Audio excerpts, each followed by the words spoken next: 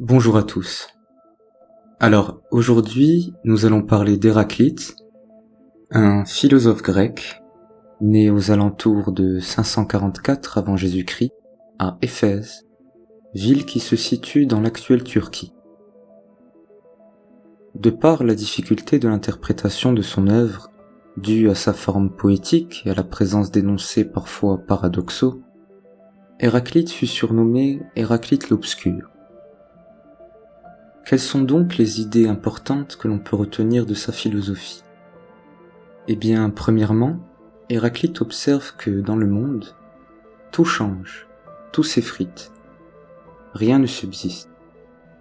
Vous avez beau fixer votre regard sur un mur, par exemple, l'instant d'après, quelque chose en lui aura changé, quand bien même notre vue nous indiquerait le contraire. Même les montagnes, aussi solides et imposantes soient-elles, finissent par s'éroder. Ainsi, on peut dire que tout est en permanence mouvement, rien ne reste fixe. On peut voir cela comme un flux universel, ininterrompu. Maintenant, on pourrait se demander, ce mouvement avance-t-il au hasard ? Eh bien, pour Héraclite, non. Bien que tout soit en constant devenir, ce même devenir est régi par des lois fixes.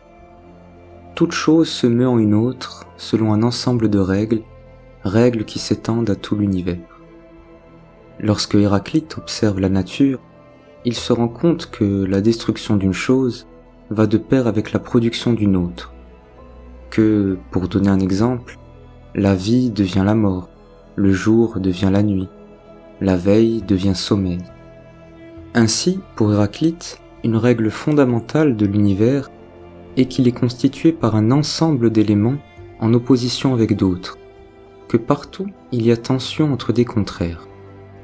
En conséquence, le principe de toute chose est polémos, la guerre en grec.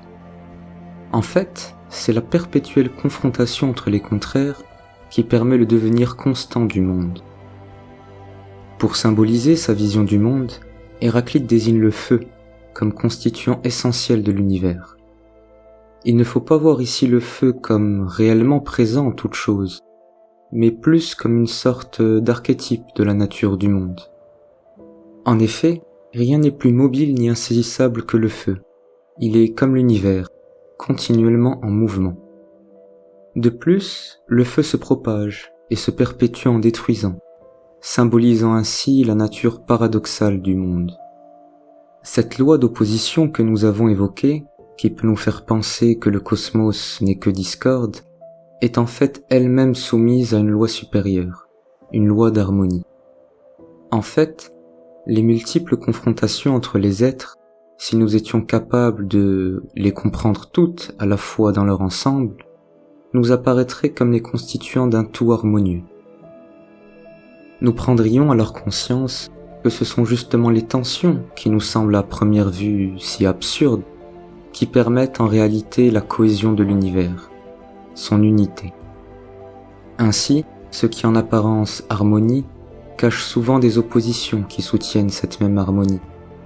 Ce qui en apparence discorde est en fait un élément parmi un ensemble d'éléments formant un tout, une unité parfaite. Cette loi universelle qui, à travers les contraires, conduit à l'harmonie, Héraclite la nomme logos. Ainsi, d'une certaine manière, celui qui arrive à lire ce logos à travers les multiples expériences illusoires données par nos sens serait un homme qui aura atteint une sorte d'éveil, de sagesse. Il verrait alors le constant mouvement de ce qui est derrière son immobilité apparente et l'harmonie universelle derrière l'opposition des éléments le constituant. Pour finir, je terminerai ce podcast par une citation d'Héraclite. L'harmonie est la loi suprême. Elle crée des rapports différents entre les êtres, et ce sont ces différents rapports qui sont cause de la souffrance, car ce qui est bon pour un être ne l'est pas pour un autre. Ce qui est agréable sous un certain rapport ne l'est pas sous un autre. Eh bien, je vous dis merci pour votre écoute, et à très bientôt pour une prochaine vidéo.